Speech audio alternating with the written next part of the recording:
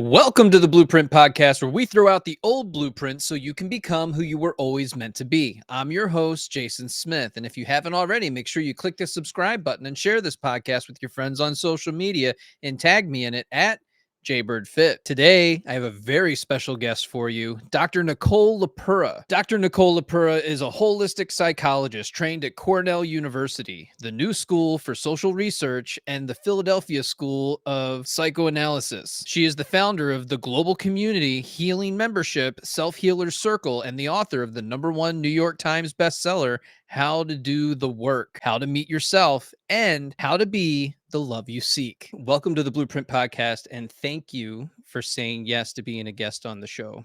Now, Thank I'm no Craig Siegel with introductions, but I'm so grateful to have you here today to share with us your new book and the third in the How To series, How to Be the Love You Seek. thank you so much, Jason. I'm honored to be here and truly grateful for the invitation. Now, what's interesting about your work is it's a huge part of my own story. You gave me language for things that I was experiencing on the job and in my personal life. I was a police officer and had the opportunity to serve in a few different capacities. And one of those was as crime scene. And you can imagine the experiences we would go through, both as a police officer and an individual. You almost put yourself in other people's shoes and wonder, how did we end up here? So you're left with these deeply intimate experiences and images, but also the words and notes that get left behind that brought me to your work, Joe Dispenza's work, Wayne Dyer, and countless others, as you can see by all the books behind me. So I created my account to focus on loving yourself, but I do it with humor by sharing common interpersonal relationship dynamics that challenge us the most through the lens of attachment styles. Some people love me for it, and there's others that just don't. But I can't thank you enough for doing the work that you do.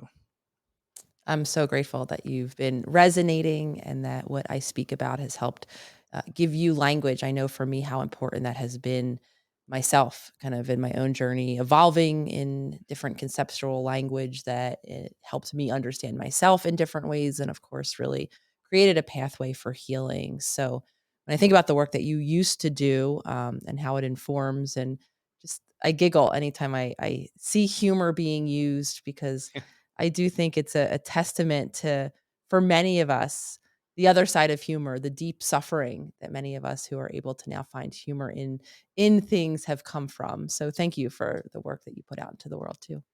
Thank you. Now, I'm interested in your book writing process because did you have this all mapped out from the very beginning that you were going to do 3 books in a series? It's funny even hearing you introduce it and hearing others introduce it as like the third book in the How To series. And Yeah. I think the answer very much is yes, on a deep kind of informed by my own journey, trajectory type of way. It's been mapped out to the extent that the 3 books in and of themselves really follow along in terms of the evolution that I saw in myself individually and in not only the individual clients that I once worked with, now within the community.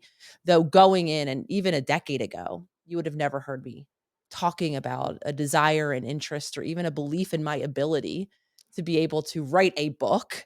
So I say that to say that books were not anything that I imagined would be on my path, though once my path unfolded and I saw the impact that writing books and my own journey could have, then yes, these 3 different topical areas, if you will, felt very intuitive as a sequence.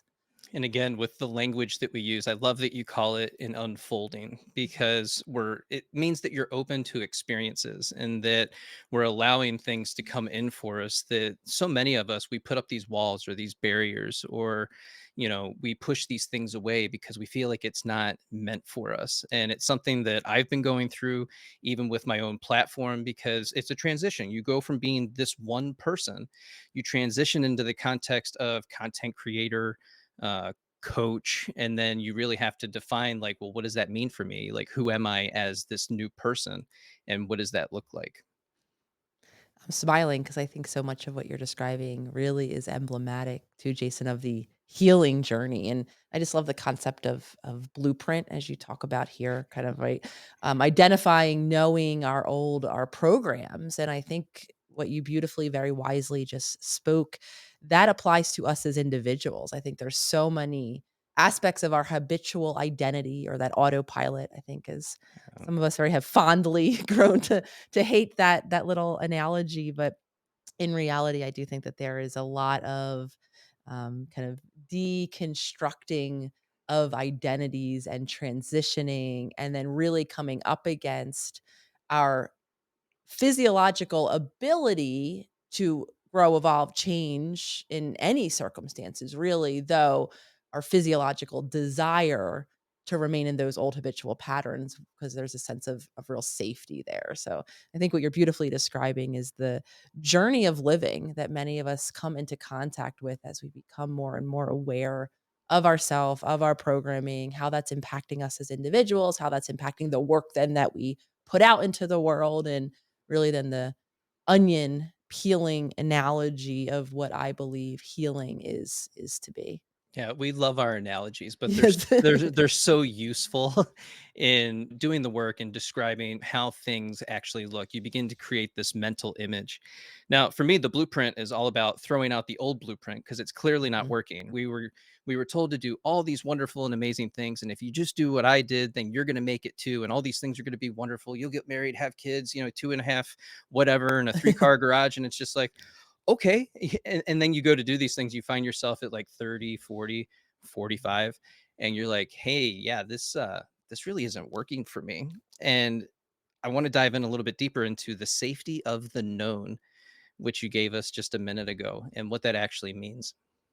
For me, just even talking of my own reckoning, if you will, entering into my 30s, getting objectively to what I believe to be the final, right, checked mark of accomplishment. And there had been many up until that point. I had had, many years in schooling, which gifted me the opportunity to receive the degree, to have the private practice that I wanted, to be able to choose really intentionally where I wanted to have that practice, deciding to return to my hometown of Philadelphia to be near my family, which was very much important to me, having a successful relationship. And what I found myself feeling in this life that I had spent decades to create was so detached, so unfulfilled to the extent that I would fantasize about running away, about leaving this entire world that I created, day after day. And I really, felt shameful at first, if I'm being honest, especially because I knew that the life I'd created from the outside was one that, many would have the idea that I should be happy. And I Right. had that same internal expectation. What is wrong with you, Nicole, that you can't find fulfillment in finally getting to the end of everything that you wanted to accomplish? And what I've come to realize is that all of this habitual living that many of us are doing, right, was formed, even the habits and patterns that create, our beliefs that drive us sometimes into this endless seeking of achievement, was formed in a very early environment within our earliest relationships. And to ensure, and this again goes back to our body, which for me was a foundational learning in the human experience, and then, of course, allowed me to create incredible transformation in terms of my own emotional wellness. But our developing, infant, which needs or is completely dependent on other individuals, is like a sponge. And because their need for survival, our need for someone to show up in service of meeting our needs is so strong, as the adaptable creature that we are, what we will do, and this kind of ties all these concepts together, is we will become exactly who we have to become, modifying ourselves, suppressing certain aspects of our experience, highlighting others, such as achievement, to be as safely and securely connected to ensure that that caregiver, however present or absent they might be, right, increase the likelihood that they will continue to show up in service of us. So really simply, we become our habits because there's a sense of familiarity. There's that deep rooted feeling of connection, which all of us as humans need. We are interpersonal creatures up until the day we die. We can only exist in relationships with other people, though the existing many of us are doing are still wearing those same masks, compromising ourselves in the same way, which is why it gets very frustrating for the many of us who have accumulated a lifetime of outcomes that we now want to avoid, maybe even seeking help, like myself, being in a traditional therapy model for a very long time. I was working with clients who had all this insight and awareness and knew what these old programs and blueprints were and had the insight and intention to change them. Yet what we continue to come up against was that habits and the familiarity of our habits and how they impact our body. And anytime we step, even if it's in the direction that we want to create our life to be, outside of those familiar habits and patterns, our nervous system will start to go off. It will start to send signals that in this unknown experience that I'm now having, could the possibility of something threatening or stressful be? So before long, I meet that resistance, as I call it. It can come with endless thoughts in our mind, convincing ourselves to stop doing the things that we want to do. It can land in our bodies where we just feel so uncomfortable, so overwhelmed, and before we know it, we're right back into that familiar autopilot zone. Yeah, I just can't stop. It's who I am. It's who I am. It's never going to change. We hear that so often, and especially in my comment section. And one of the biggest statements that I hear the most is from people who are more anxiously attached. And it always comes up, why do I have to do all the heavy lifting? And so I'm curious what your response to that would be, rooted in how to be the love that you seek. I think that so and the beginning of this relational book that, How to Be the Love You Seek focuses on, it begins as most of my work does, which is I think an empowering shift, right, that we Okay. can make, which is taking personal responsibility. And I think sometimes, built beginning a relational book, really highlighting first and foremost the primary relationship that all of us have, which is to ourselves first and foremost, right? I think that highlights the answer to any question, whether it's anxious attachment, avoidant attachment, whatever dysfunctional pattern that I'm experiencing typically in relationship after relationship. While I think it's very natural, and I have done this too in the past, which is to imagine that the problem is the relationship, right, that we're picking, the person. It's not the perfect partner. There could be a better one out there, right? You're causing these issues in my relationship, so I will just find someone where these So, issues are no so longer present. it's always that one. It's always that one, and I'm sharing this from my own lived Yeah. experience of coming to a similar conclusion in all of my relationships, which was that I didn't feel emotionally connected, determining that it was some aspect or characteristic of this partner that I was with at the time, that created that emotional disconnection or their inability really to emotionally connect with me, and I would continue on to find a more perfect partner until I began to explore and understand for myself what role I was playing, or just totally in the relationships that I was in. And I think naturally, right, that shift from, well, it's not the world out there that's causing me to feel. And this was a transformational shift in my own learning around just what emotions were in general. Because I think this is another area where we assume things outside of ourselves cause our emotions, right? You did this, and so I feel. You didn't do this, and now I feel this other emotion. And in reality, as I talk about in the book too, really deconstructing emotions are, of course, they're colored by what's happening outside of us. They're also colored by the interpretation that's happening in our minds or the meaning that we're assigning to what's happening to us, which is greatly impacted by those earliest experiences. So if we really want to simplify what I just described, the emotions we're having in response or reaction to the relationships we're in are still a byproduct of our own personal experience. So now this puts us, I think, back into the empowering shift, I think, which can be really difficult to say, oh, wait a minute, right? For me, you're not, the world isn't causing me to feel emotionally disconnected. There's some habit I've brought from my childhood, which was for me being disconnected myself from my emotions, that's creating this recurring feeling. Now, not only do I have a different understanding, now I can be a little bit more empowered because I can see the role that I'm playing. And I think it's very natural that to then have a instinctual feeling around all of the work and the effort. And even hearing maybe me speak this to you on a podcast right now. What do you mean, Nicole? I'm the problem and I'm therefore the solution. I'm Yeah. I'm not. I didn't cause this. I don't want to have to do all of the work to to heal. But we are the common denominator. We are the common denominator, and if I think more problematically, if we continue to wait on others around us to change or the world around us to change so that we can feel differently, the reality is we're gonna be waiting a long time, if not forever, because while, again, we often think, hope, wish, desperately try to change other people in the world around us, Oh. we really only have the ability to take responsibility and to create change in our own life.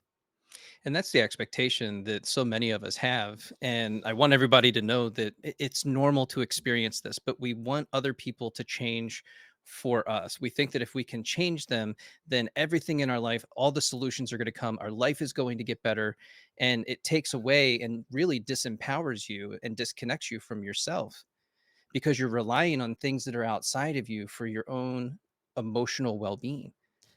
And just to clarify, if there's anyone hearing this to mean, when people violate, overstep my boundaries, neglect me, give me emotional breadcrumbs or, anything in between, this does not mean, well, I throw my hands up, I can't control them, I can't stop them. So therefore, there is nothing I can do to keep myself safe and secure as I deserve to be.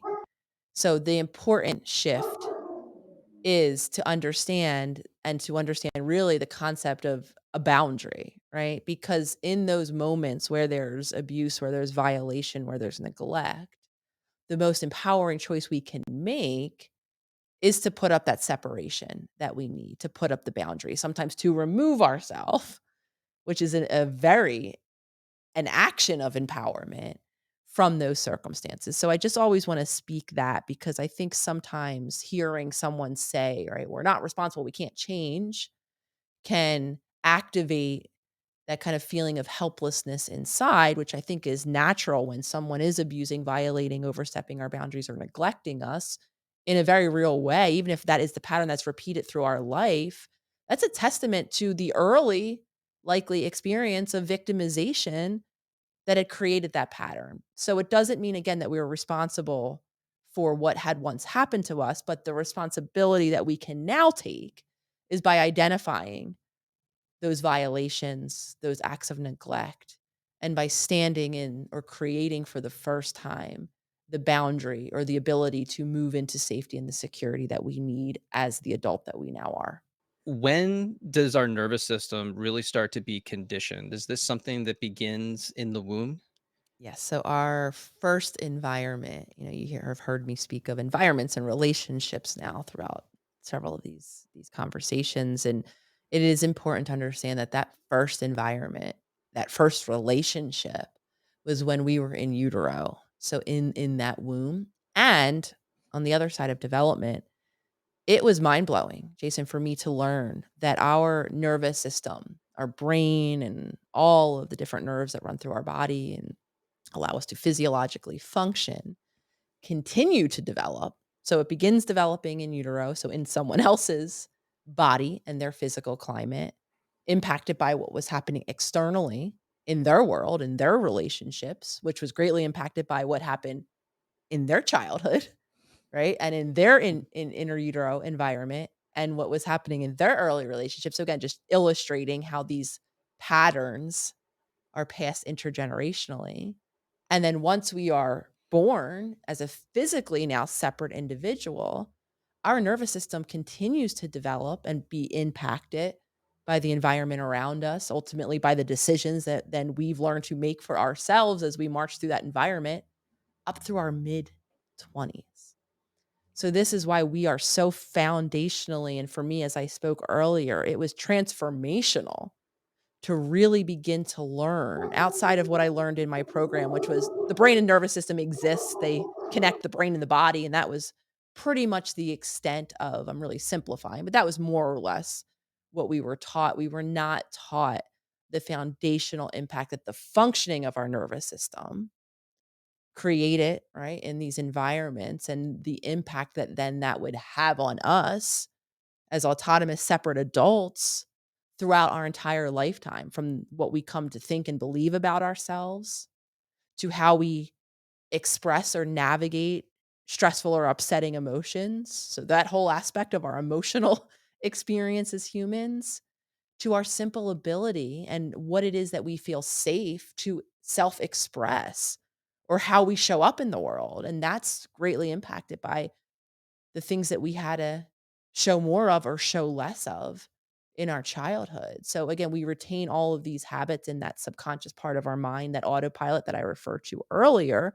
Many of us even coming to define ourselves based on these habits, which were really foundationally created by these earliest environments. And the empowering shift that I just want to mention here, while we know that development is happening well into our 20s, we also now know that we have the ability to change those neurobiological habits that have been wired into our body during that developmental time period throughout the entirety of our life. And that's the beautiful, hopeful piece of this, because even as the many of us, myself included, become very present of the impact of those early developmental years and how it's continuing to impact how we're showing up, or our blueprint, if you will, in our current life, in our current relationships, we also now know that through intentional, conscious choices, we can quite literally begin to lay some new neurobiological hardware and quite literally, as I've been saying throughout this conversation, transform our entire way of being. I absolutely love that. Number one, we get to be autonomous, separate adults. That's definitely something that you have to teach yourself Mhm. throughout the years and throughout the decades. And just the neuroplasticity that we can indeed change. So we hear people oftentimes say, well, this is just who I am and this is how I'm always going to be. And that's more of a fixed mindset. And it takes a long time to move away from that to begin to develop the skills that you're missing to be able to get to the point where you can say, okay, no, I can see that people can change. I can change. And I'm actually willing to do this. And all of this kind of goes back full circle.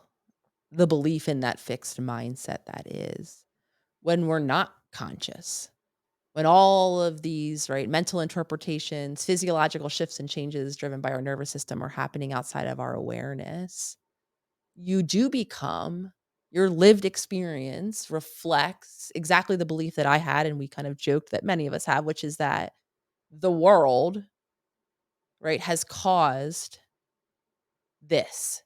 I am who I am. And when these things happen, this is how I react. Because over time, we validated that expectation. Similar things have happened.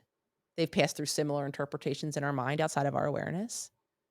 Similar physiological reactions have been underneath the surface of that mental framing of our circumstances, which have then compelled us to act in similar habitual ways, the same way at that very early time that we were modeled or based on the resources that were available to us to deal with those dysregulating moments. And now all of that is happening at warp speed for decades of our life Right. outside of our awareness. So, of course, it's so natural that we come to identify as our habits, because that's the only way we've known ourselves to be until we become conscious to all that's beneath the iceberg, if you will, another analogy, Yes. right? And we have no other choice but to assume that we don't have choice, because beneath that, surface is a very kind of compelling reactive system where we don't tune in until we're saying and doing the thing that we believe we can't avoid saying and doing.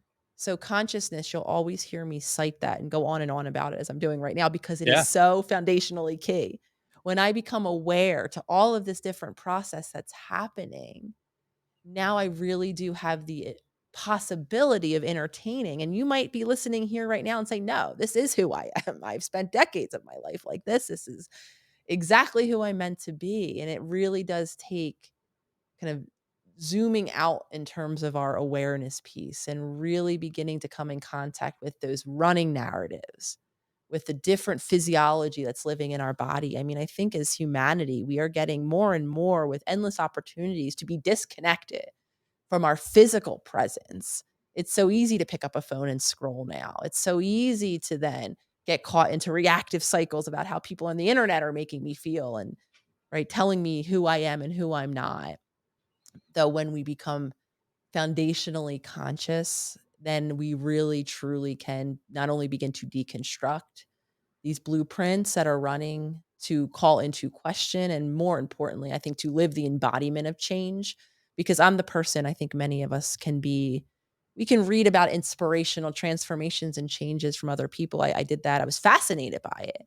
But there was always a little part inside of me that kind of was like, good for you. Yeah, And entertaining the reason that I had concluded why I couldn't right. create I love that for you. that experience. I That's not wouldn't gonna tear work. them down as some Yeah. too, but I'd be like, "Nice for you over there on that path, but here's the different reasons in my mind why I'm not going Yeah, to be because you able you just can't see it. You don't know how to to be get on that there. path." You can't see it because you can't see all of the different things that are creating currently what's happening. You really do feel, right, at the whim of everything else because you haven't tuned into, "Oh, well, the reason why this experience feels upsetting is not necessarily the objective experience.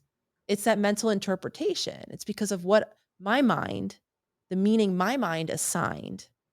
It's because of what's happening physiologically in my body.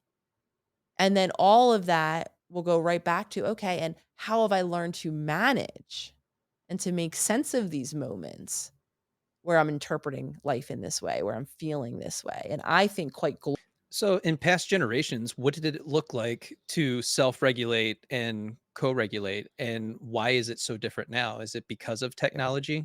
I have my own opinion about texting, so we can get to that later, but yes, yes. I think when I think of past, and I think often of our ancestral lineage, right? Before modern life, yeah. I think about just the species of humanity, right? And how we've kind of existed, learned how to not only survive, but to proliferate. I don't necessarily want to use the word thrive because I know Yeah. circumstances that many of us are continuing to live in are the farthest thing from thriving, but to be the species that we are now. And so I think about co-regulation, right? And this immaturity of our developing nervous system that I cited earlier. The fact that our nervous system is developing throughout our 20s, so for about 2 decades of our life, highlights the necessity, meaning we are born with the need to co-regulate. And as I referenced this earlier, we are interpersonal creatures. Our ability to connect, to gain support in those emotional connections, we maintain that need for co regulation, if you will, throughout our entire life. And back when we were living, right, in groups where we had access to more, not only physical, logistical support for, division of labor type purposes, we had access to emotional support, right? We were living either in communities that were, of related individuals or just close knit communities. It's the kind of, children are raised by a village type of mentality was the reality. There was support, right, to turn to objectively and emotionally, moments of co regulation. I think with that way of living, there was a lot more of kind of natural ways we had to gather food and expend our energy. And so over time, many things have shifted from that community based living has broken down for many different reasons, right? We now live separate, completely geographically, sometimes across the country or in different countries from family members. Otherwise, we're in separate homes, right? Really kind of not able to rely on many of us not even knowing the community outside of our home. I think technology and our ability, right, to remove ourselves from our body, to not move our bodies in the way that our natural human body needs to be moved. I think a lot of different circumstances have evolved that have created more of a possibility for separation and for dysregulation in our nervous system than for, I think, kind of what we are wired to want, to need, and to feel the most fulfilled, which is being grounded in our bodies, having access to communities, to other supportive individuals, understanding that our body is foundationally playing a role in terms of our mental wellness. So giving ourselves opportunities to move and equally to rest. I think the other side of technology and achievement and all that is now possible is the limited ability or perceived ability to rest and take those moments of off. I think work schedules have changed. So, again, I think that there's a mismatch that many of us are also equally becoming aware of in terms of how we can best most survive and thrive as being a human being and learning ways now to implement that type of lifestyle in even our current environmental circumstances. And just real quick, your thoughts on texting because, growing up in the 80s and 90s, Yeah. we didn't have this stuff. And so our nervous systems are primed a little bit differently. And when we get to that place where we're constantly texting with somebody, for me, I know that it's kind of overwhelming at times where it just becomes too much. And then I put the phone aside. I don't want to deal with it necessarily. Um, is it good to be in constant contact with everyone around us all the time or to be giving a play by play of our experiences throughout the day to the people that are closest to us? It's funny, quick aside, I had a moment took a walk around my neighborhood, and I know my neighborhood very well. It's a walk I do very often, and often when I'm walking, especially a quick walk like that, I don't bring my phone, and one particular day, I was off walking without my phone, and I decided to go an extra loop. Still know the loop very well, nothing awry at all, midday in my neighborhood, and I start to have this, like, internal, "Oh my gosh, I don't have my phone on me. What if something were to happen to me right now?" Yeah. And then I took a moment, like you're saying, and was like, "Nicole, you spent decades of life not having a phone on you, right? You had to print out directions to even get to places. You know your neighborhood." And I had that moment of, "Oh my gosh." And it was, for me, I'm bringing it up now because it really highlighted how all of these small ways I've become, or so I believe, I've become reliant on this idea of having the possibility of being endlessly connected. I mean, of course, in that moment, it was this idea like, what if something happened? And I would call, like, the help to help me. Of course, the other side of that, though, is our endless possibility to connect with friends, with loved ones, with people that we want to be connected to, and with strangers on the internet, people that we might not even want to be connected to. Yes. And I do believe, and something that am learning in my own journey as someone who born and raised in a city, Philadelphia, lived my 20s in New York. If you would have talked to me before I entered into this whole healing journey in my mid 30s, I would have told you I was living and dying in a city. I was a city girl for life. I loved the stimulation. I loved all the stuff that you could do. I loved having my very active social life and always a friend I could hang out with. And I love the idea of always being endlessly, or having the opportunity to be endlessly in contact with someone or something. And what I'm coming to realize is I think most of us as humans, why, of course, we're on a spectrum from introvert to extrovert, meaning some of us need more internal time, time alone, time in solitude, than others get kind of fed by being socially interacting with other people. We all need both of those things. We need Yes. moments of connection, and we need to feel safe and secure enough to take moments away from connection in our own solitude. What I struggled through those several decades when I swore that I was going to live in this endlessly connected city, 24 hours a day, always something to do, was the reality for me is that doing, seeking, always having my phone ping or responding to a text immediately was more of a testament of my state of nervous system dysregulation. I didn't feel safe in solitude or stillness. So I kept myself busy, and busy in some circumstances, if not all, because we all live with technology in our pocket, is always available. So, saying that to then say, I believe that technology, like most things, it's a tool, it's a thing, right? And I'll go as far to say, I don't believe it's going anywhere anytime soon. No. What is important, though, I think, is to be a conscious consumer. Yeah. First, just becoming present to how are we using technology? Because if it's keeping yourself endlessly busy, not to shame ourselves, because likely that's a protection, right? There's something emotional in those moments where you're going to scroll on your phone that feels too stressful or overwhelming. So scrolling feels safer. For me, this would come up a lot too in my relationships, where in childhood, I didn't have a sense of safety and security that I could take different degrees of space away from my loved ones. Space because I just wanted or needed to do something on my own, explore my own interests.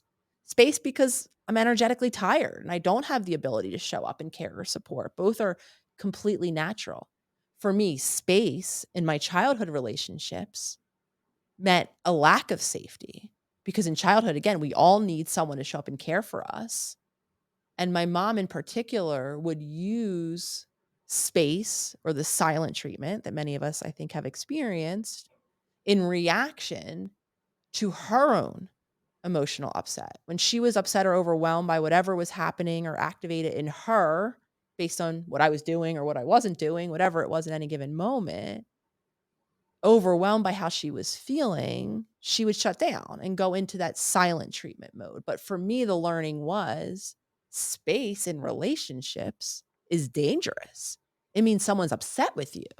It means the possible loss of this connection. And assuming the relationship was important to me, the responsibility, again, continuing to tie all these pieces together that Yeah. I had to see for myself was I was connected to my phone. Anytime a text or an email or a phone call pinged, especially from particular people, I felt pressured, compelled, like I needed to respond to either let them know that we're okay and I'm not upset with you, or to check in and make sure that they're not upset with me and that the relationship is okay.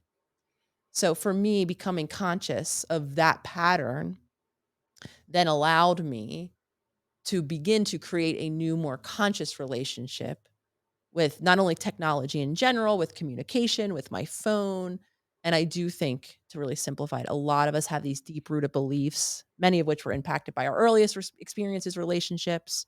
Many of us now are being even more validated by technology and the possibility of continuing, right, to be connected in all of these ways.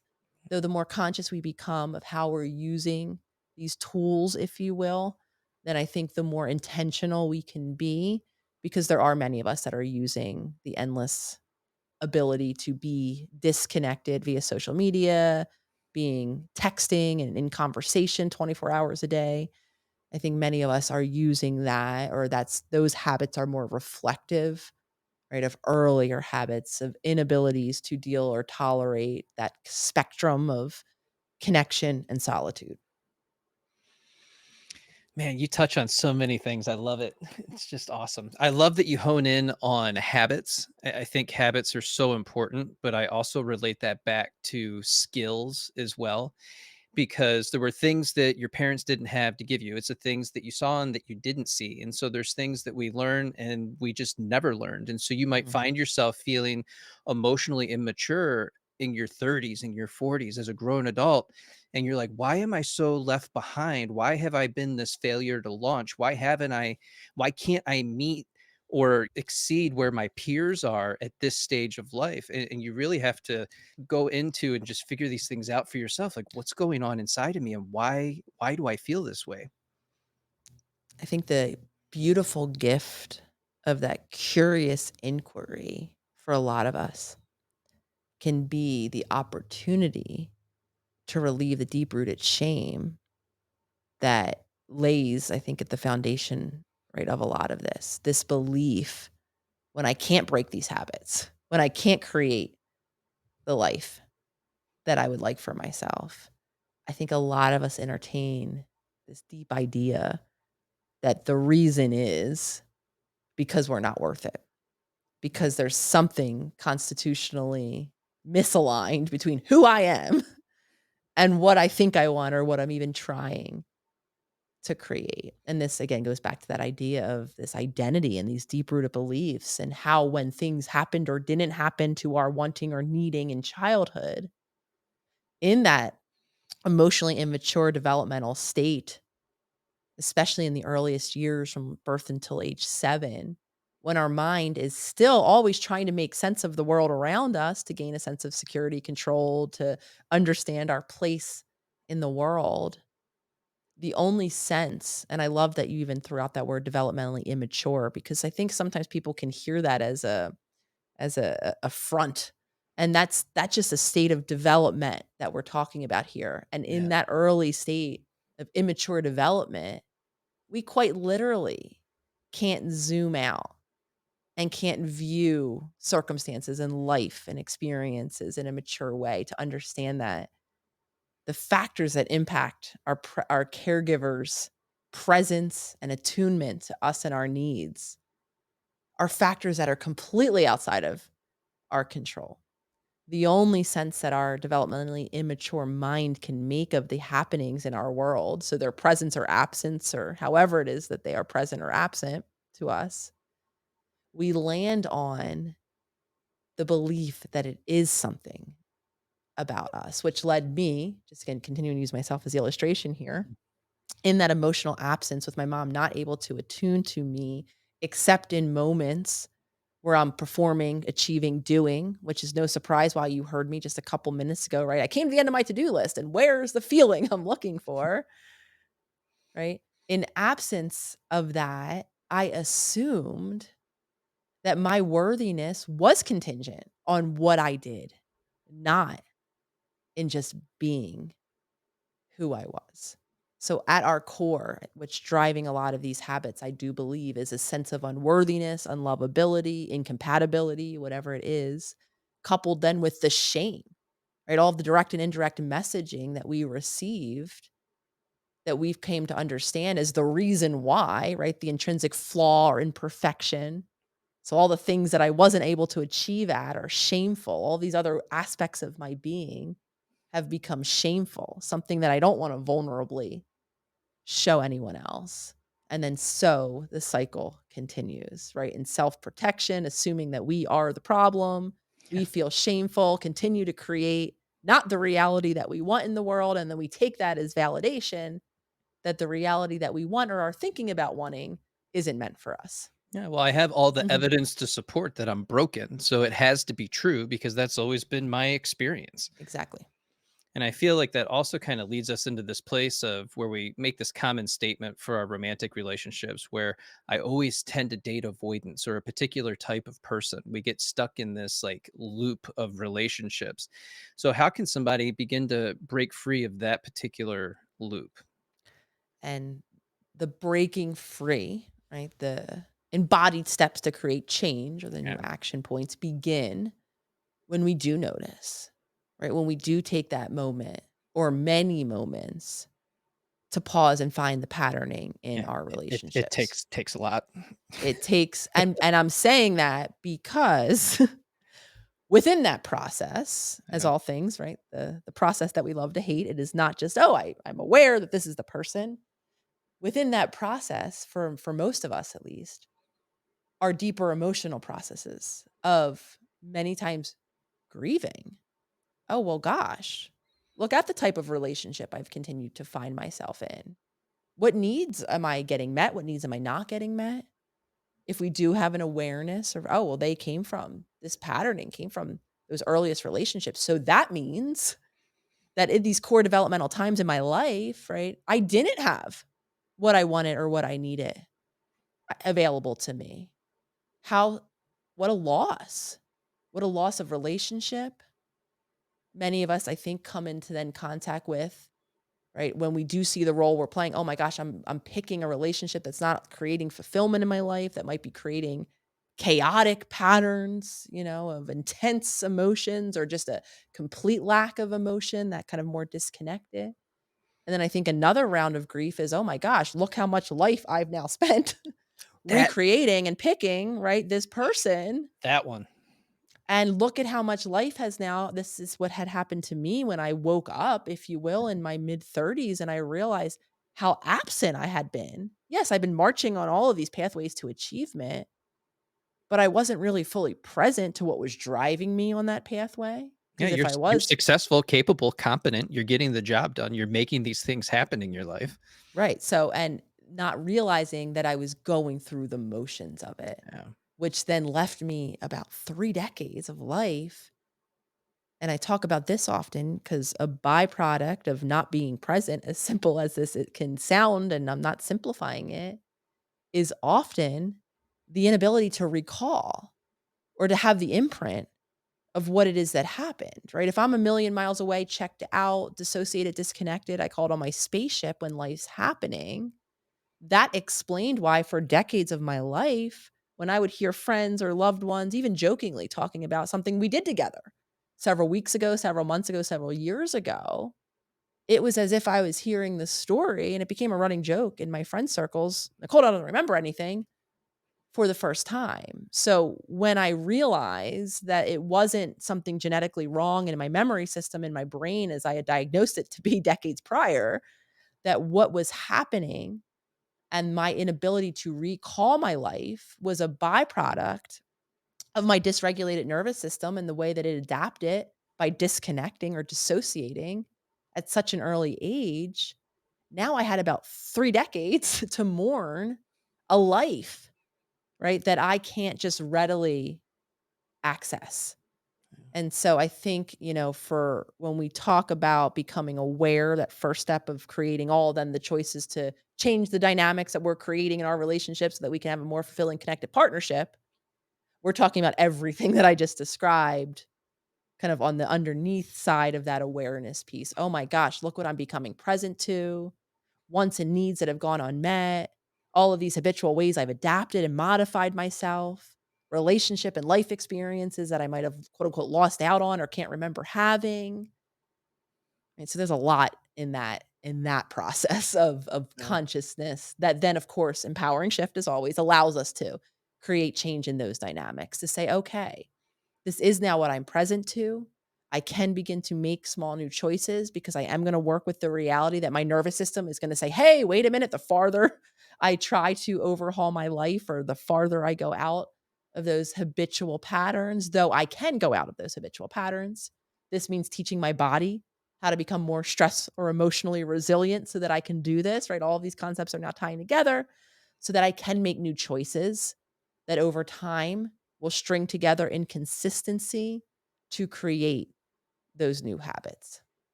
Is it okay for us to pull away from everybody for a period of time? Because we hear this a lot. We go into solitude or isolation. And I've done this, and it was actually to my benefit because I separated myself and took a mental inventory of all the things that were going on in my life, the things I like, the things I don't like, and started to create this new picture for the future. Well, what is it going to look like? What am I doing? Where am I going? Why am I doing it? And then, like you, settling into these new habits and creating and cultivating them so that they become a part of just who you are. And then it's like you're ready to actually come out of the house and interact with people again. Is it okay to do that? I'm giggling and I'm thinking about the term that you'll hear me using and other people have used is kind of when we become present or we go through our awakening, everything we've been talking about, right? All these habits and patterns begin this process of reevaluation, of turning inward, of maybe doing that deeper exploration that we talked about in the beginning. A lot of people have referenced that or called that a cocoon Yes. stage, right? I'm going in, right? Kind of wrapping myself up in this internal percolator and then quite like the butterfly on the other side of it. And of course, the time frame differs in terms of how and when we'll feel ready to reemerge, but that's very much I think a beautiful picture to think of. And I think it's a really natural experience, not only again as individuals who that spectrum that I referenced earlier. I think in any given there's seasons of living that I'm becoming aware of, and they don't map onto our 9 to 5 work week or our even seasonal schedule. Sometimes they do kind of outside in terms of the weather or the elements. But what I mean when I say seasons is that spectrum that I refer to.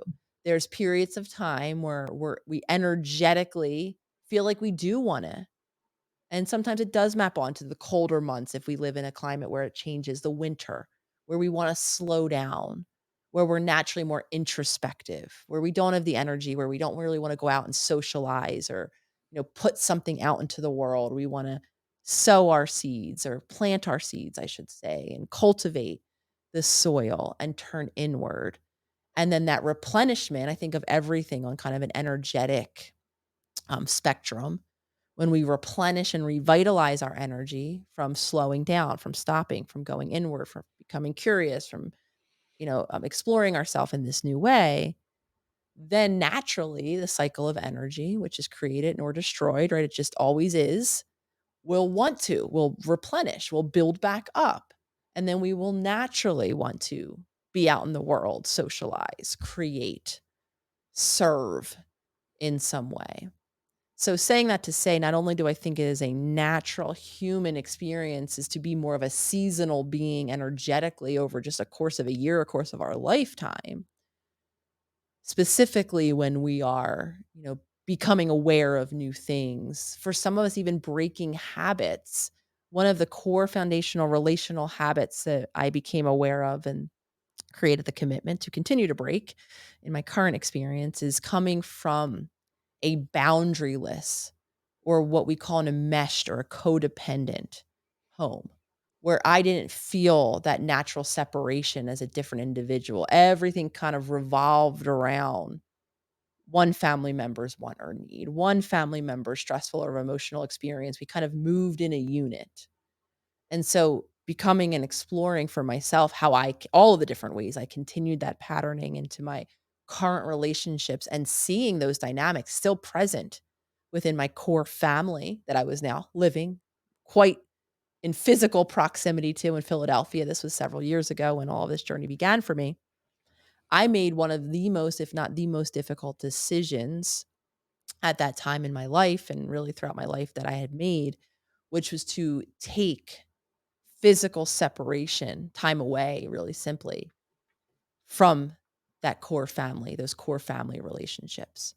Because every version of new boundaries of shift and change and dynamic that I'd become responsible and had attempted to make within those relationships, I didn't feel that I was having the space I needed to even begin to, like you beautifully described, right? Turn inward to explore, to get clear on what I wanted, what I needed.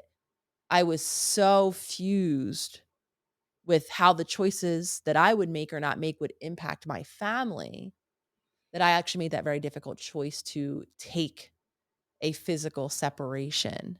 And of course, I'm sharing this not as a prescription by any means Right.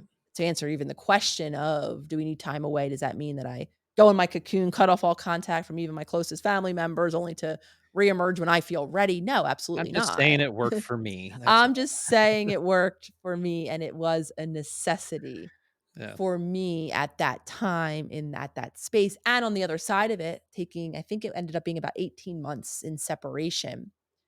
We've had the opportunity I've had with all of my family members separately as individuals and together as a family unit, had the opportunity to rebuild and to make our relationships now much more stronger, much more safer, much more secure, and much more ultimately authentic on the other side of it. So to simply answer your question, I do think separating ourselves in all of the different ways is natural. We feel that instinctually inside of us.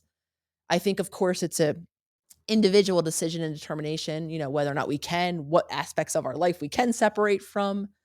And then, of course, actualizing those changes because what doesn't go away are all the deep rooted beliefs that kept me so connected to my family, so worried about the impact that I would have on them.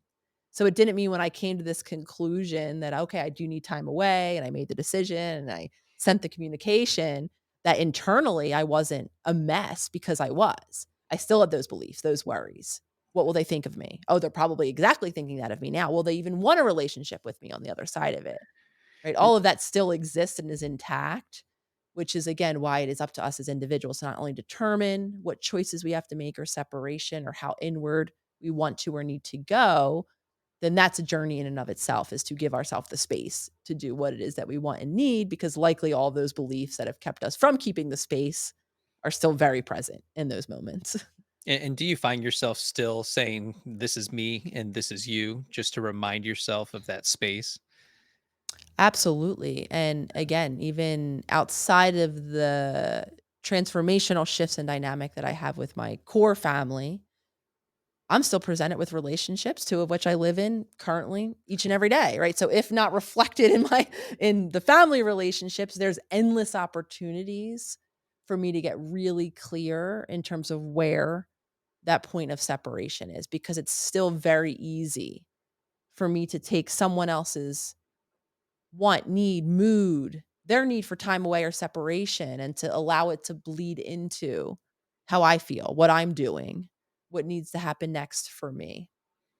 Yeah, and what I want people to really get from this is that self-love should be considered more of a superpower that as you go inward, as you do the work, as you become more of you, and you become so good with you that you can recognize that what people give to you, you can challenge that. You can say, no, that's not for me. I understand how you might get there. I understand how you might feel that way.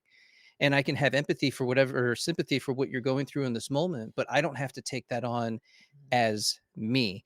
And when you continue to do the work and you express that, and people observe you and they watch you and they see what you're doing and they see how embodied you become, you're showing them what's possible for them. And it's not a guarantee that your family members are going to step up to the plate and start Right. doing all these amazing things. It's not probably not going to happen, but there's people outside in your sphere of influence that they see you, whether it's on social media or in your real life. I always say sphere of influence, the 15 feet around you as you go through the world, like the Sims. You have all these different Yeah. interactions with others, and so they see you, they observe you, and they pick up that energy off of you. Of, wow, this person, I can see how connected and embodied they actually are. And is it perfect? No. Are we always embodied? Not really, but you find these places where you can go to, and we utilize these new skills to get to that place. And I think that is so beautiful, and Jason is really the truest way that we can impact the world around us, because not only are we shifting, changing our dynamics with others, I go into all of the science behind the shifts and the power that we can have, scientifically, energetically, as we become more safe, more grounded, more secure in who we are, how we energetically, literally do influence those around us, creating more safety and security for them to begin to explore themselves in a Yeah, new way, to show up dynamically different. And just a third piece that I want to offer, because I think that nothing is as empowering as having that sphere of influence, beginning first with ourself, right? Having that safety in solitude, that internal security where we can hear about ourselves from the outside world, see ourselves reflect it back, and then come back and say, let me try on these perceptions of right. me and let me determine whether or not this fits. And at the same time, having those trusted others to reflect back to us, because we are and will forever be still, even the most conscious of us, blinded Yeah, to ourself in many ways.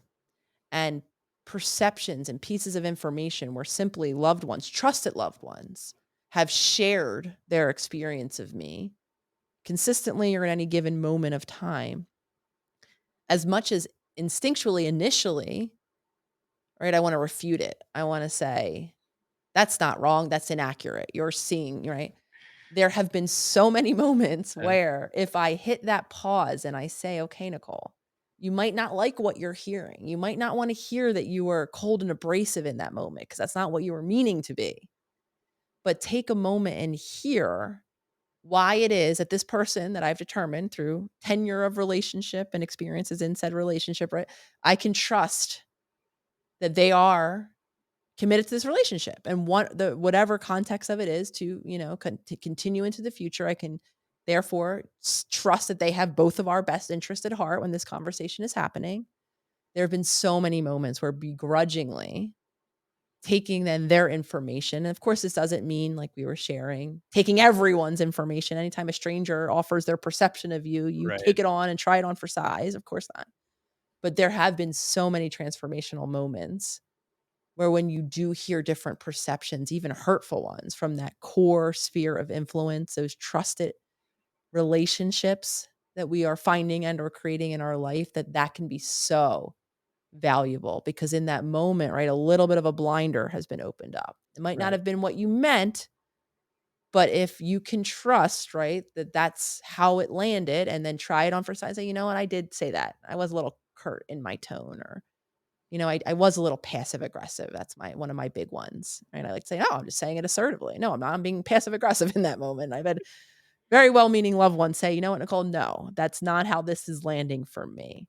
So I think there's so much value in that side of this too. But all of this, of course, comes when we create the space for Right. many of us, the cultivation and creation of safety and security, not only within ourselves, but within our relationships too.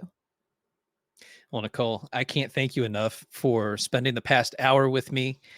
If you guys haven't already gotten How to Be the Love You Seek by Dr. Nicole LePera, you should definitely go out and get it. There's so many golden nuggets throughout the book, as well as exercises that'll carry you through your journey. Nicole, is there anything that you'd like to share with the group, and then tell us how to get a hold of you, and what workshops do you currently have available? I appreciate it. Thank you, Jason, for having this conversation with me. Thank you all for tuning in. Anyone I think is who is interested in the topics that you talk about on your platform, who is interested in, kind of learning our blueprint, tearing down our blueprint. I think it's just so much to celebrate in so many ways because kind of as we began, change is not easy. So I 100% celebrate each and every one of you who is curious about whether or not change is even possible. And of course, the many of you that then are on this journey.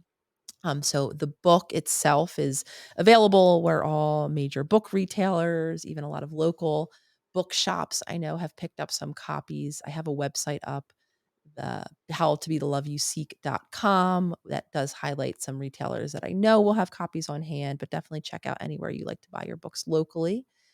I have a global membership, virtual membership. It's called Self Healers Circle. It just actually opened and closed for enrollment. We open 3 times a year, so it'll open again in a couple months. You can check out selfhealercircle.com for more information on that membership, where several times a month, actually, we join together for many different types of virtual workshops in many different content areas. So, for any and all information about what the circle is, and of course, how to jump on the wait list for next time, you can check out selfhealerscircle.com. And of course, at this point, across all of the different social media platforms, there is some presence of the handle, the holistic psychologist. So, however it is that you like to consume your free social media content, absolutely come join the community. We're having these conversations each and every day and having incredible community members to engage with in the comment section. I love it. Nicole, thank you so much.